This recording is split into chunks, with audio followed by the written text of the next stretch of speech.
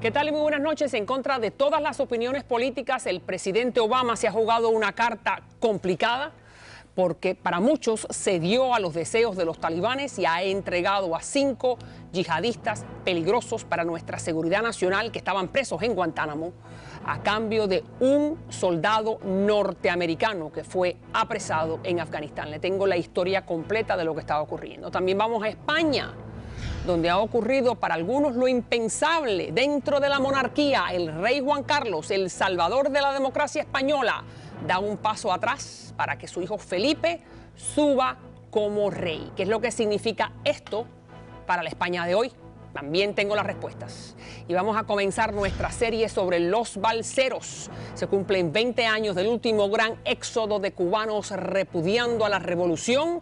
Ahora se dice fácil, pero en ese momento fue un cálculo arriesgado para muchos de ellos, que prefirieron correr el riesgo de vivir en una base militar norteamericana indefinidamente con tal de escapar de las penurias del castrismo. Y hoy tenemos con nosotros a un hombre que lleva con mucho orgullo el título de ser balsero y que estuvo allí y que nos los va a contar cómo fue su experiencia. Bienvenidos a María Elvira, el primer programa de información y análisis para todos los hispanos de Estados Unidos. A trabajar.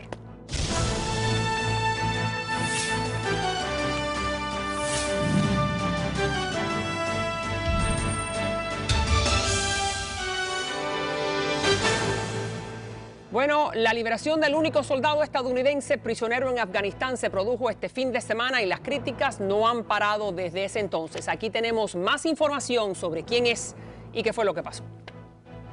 Tras 5 años de cautiverio, el soldado Berdal ha sido liberado a cambio de 5 presos talibanes.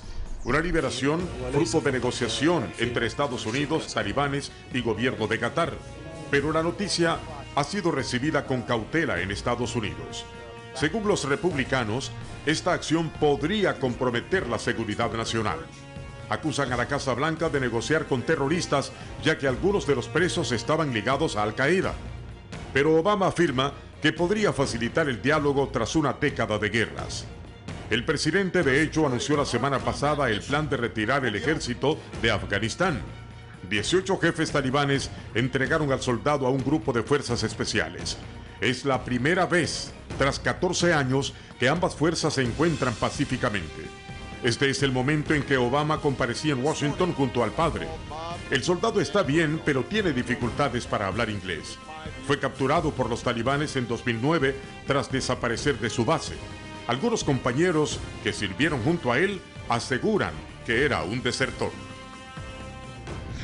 Bueno, sin duda que ser presidente de los Estados Unidos no es nada fácil y en un momento como este menos. Gracias, Alberto Milián. Gracias. Siempre un gusto en estar en el programa. Vamos entonces a analizar lo que pasó. Grandes críticas en contra del presidente Obama. ¿Tú qué hubieras hecho? Bueno, yo creo que el presidente tiene todos los elementos. Yo creo que eso se tiene que contestar desde el punto de vista de lo que sabe el presidente, no lo que hiciera yo en ese momento. El presidente tiene la potestad, como comandante en jefe, de tomar pasos de seguridad nacional que no tiene todo ciudadano. ¿Por qué lo hace? Lo hace yo creo que por varias razones. Primero, porque es un ciudadano americano, un soldado que es un rehén. Segundo, posiblemente la razón para crear una apertura para comunicarse diplomáticamente con el talibán. Quédate ahí, para crear una apertura con el talibán. Pero si es que el talibán era nuestro archienemigo. Sí, pero mira, en las guerras siempre no hay enemigos permanentes como no lo hay en la política. Y hay que recordar que ahora los Estados Unidos está saliendo de Afganistán y todavía no tenemos un acuerdo para mantener una presencia indefinida norteamericana. Y entonces hay que aceptar la realidad que el talibán va a ser un factor político en ese sitio. ¿Por qué decían que este muchacho es un desertor? ¿Por qué muchos de sus compañeros de armas no están de acuerdo con esta posición? Bueno, primero porque todo se sabe lo siguiente, que él se estaba quejando en correspondencia con sus padres de la presencia norteamericana en el país. Había comentado que estaba decepcionado con su papel como militar.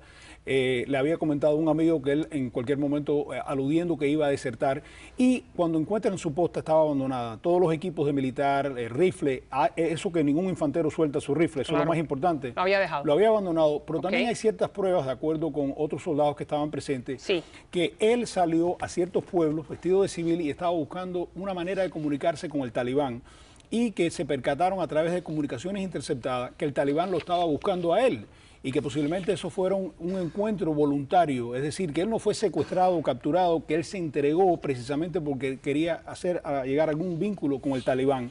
Y lo que más le molesta a los compañeros, lo que han dicho públicamente, es que por lo menos 8 militares murieron en el registro que se hizo en la región, la provincia donde estaban, buscándolo a él. Se paralizaron todas las operaciones militares. Bien. Y se desmoralizó hasta cierto punto la unidad de él, porque es muy raro tener un desertor en las Fuerzas Armadas. Recuérdate que en la Segunda Guerra Mundial el último desertor, Private Slovak, fue ejecutado bajo órdenes de Eisenhower. Eres un traidor, pero entonces, fíjate, independientemente de eso, que la Casa Blanca no lo ha tomado en cuenta, lo canjean o lo intercambian por 5 yihadistas del Talibán, que aquí vamos a poner las fotografías, donde se considera que estos son gente de primera línea para el Mullah Omar, ¿no?, que es el que sigue dirigiendo Al-Qaeda, que fue muy cercano. El Talibán, quiero decir, que fue muy cercano, que ha sido muy cercano. Él era el líder del Talibán y aliado muy estrecho de Osama Bin Laden. Pero estos individuos eran 5 funcionarios de los más peligrosos. Ahí están en pantalla. Entonces, ¿por qué en particular estos 5 señores versus 1? ¿Y por qué el Talibán es el que tiene que dictar quiénes son la gente que le devuelven? Bueno, aparentemente negociaron muy bien los talibanes a través de Qatar. Y te quiero hacer 2 puntos. Recuérdate también que Israel en un momento ha intercambiado 1000 militantes terroristas por un solo soldado israelita. Así que esto no es fuera de lo común. Lo preocupante del caso de Qatar que está interviniendo, Qatar es un aliado muy estrecho de los Estados Unidos. Sin embargo, tienen unos lazos con los grupos terroristas, incluyendo la Hermandad Musulmán, por muchos años, y ha sido criticada por los Estados Unidos precisamente por no arrestar y detener a terroristas en su presencia. Porque la pregunta que me ibas a hacer seguro es ¿por qué en Qatar? Y si hay el peligro que estos se vuelvan a integrar al Talibán. Y ese es el peligro de que estos señores pueden volver a tomar acción en contra de nosotros, ¿no es así? Sí, y yo creo que y ahí los están recibiendo como héroes en Qatar, pero no solamente, explícale al público, Qatar, que es supuestamente un tercer estado neutral, que es amigo de los Estados Unidos, es amigo de los talibanes, ahí están, son héroes.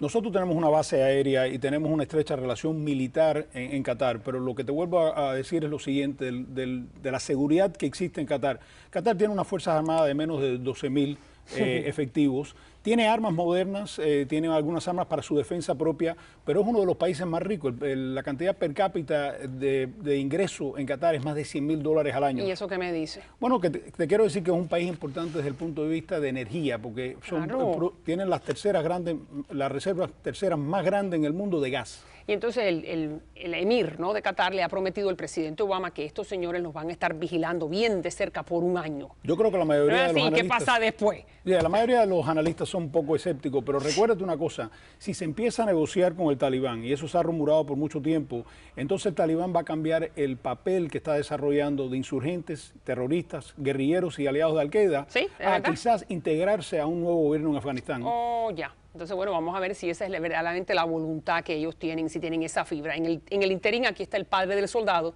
que aprendió Pashtun, no es así, yo aprendería, y tú también, cualquier cosa con tal de salvar a mi hijo, y aquí está el padre nuevamente.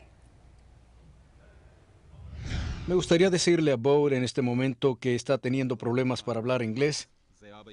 Soy tu padre, Bo. Para la gente de Afganistán, lo mismo. La complicada naturaleza de esta recuperación nunca será comprendida.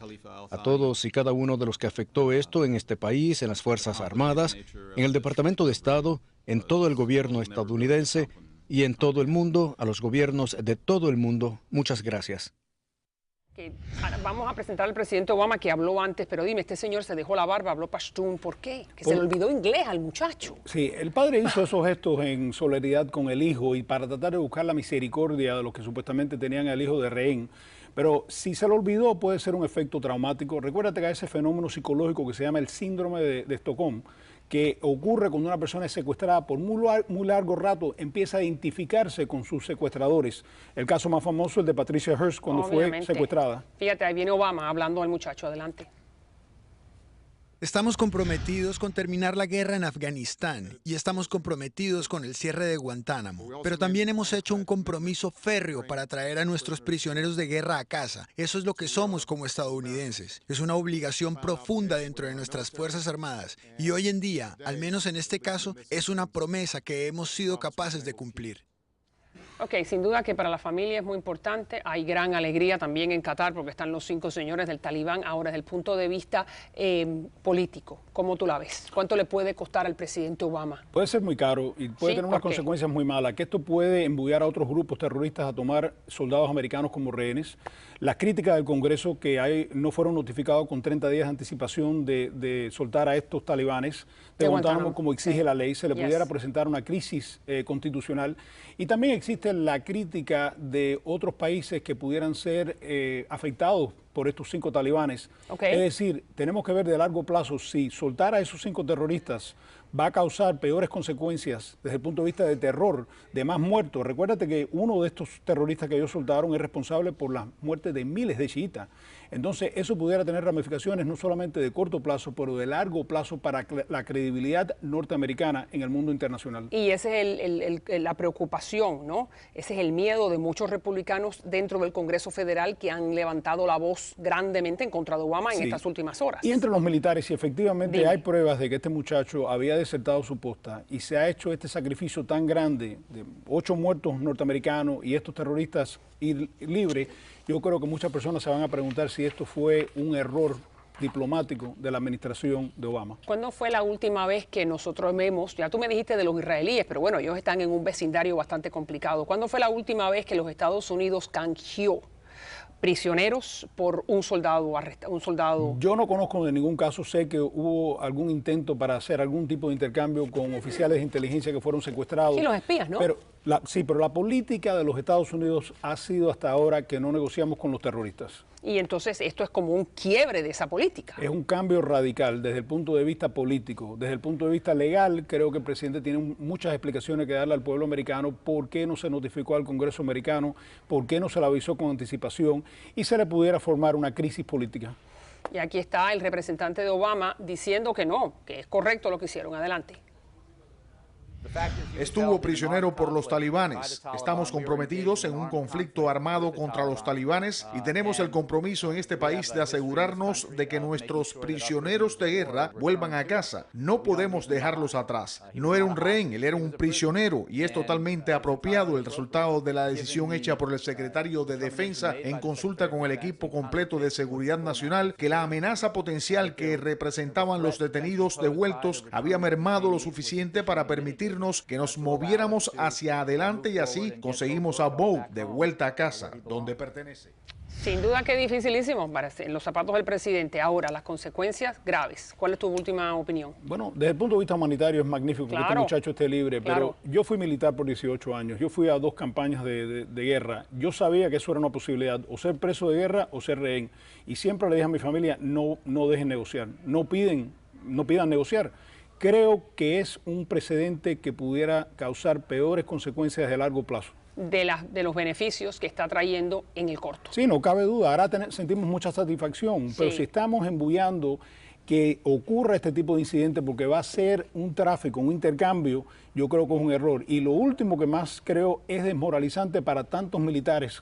Por ejemplo, el mismo John McCain, que pasó casi 7 años en un presidio preso de guerra, y para otros militares que se sacrifican, ver que un desertor, si es desertor, va a recibir un trato más favorable. Gracias, siempre un gusto, notable tu participación. Y cuando regresemos, vamos entonces a hablar de algo un poco más liviano. Llegó la hora para el príncipe de Asturias, Felipe de Borbón, su padre, el rey Juan Carlos, abdicó a la corona española y ahora le toca a él. Y también más adelante recordamos los 20 años de la crisis de los balseros con nuestra serie especial Orgullosa de ser balsero. Y tengo uno de los ilustres en este estudio. Lilian Tintori, la esposa de Leopoldo López, denunció que su familia no pudo acompañarlo en la audiencia que se le realizó hoy a este líder opositor venezolano que está preso en Caracas. Aquí está Lilian. Esto es una muestra más de lo que vivimos en Venezuela todos los días. El mensaje de hoy es muy claro. Leopoldo López no tiene que estar ni un día más preso. Leopoldo López tiene que estar con su familia. Querer una Venezuela de paz, de bienestar y de progreso no es un delito. Querer transitar por las calles sin miedo a que te maten no es un delito. Querer conseguir alimentos y tener un país abastecido no es un delito.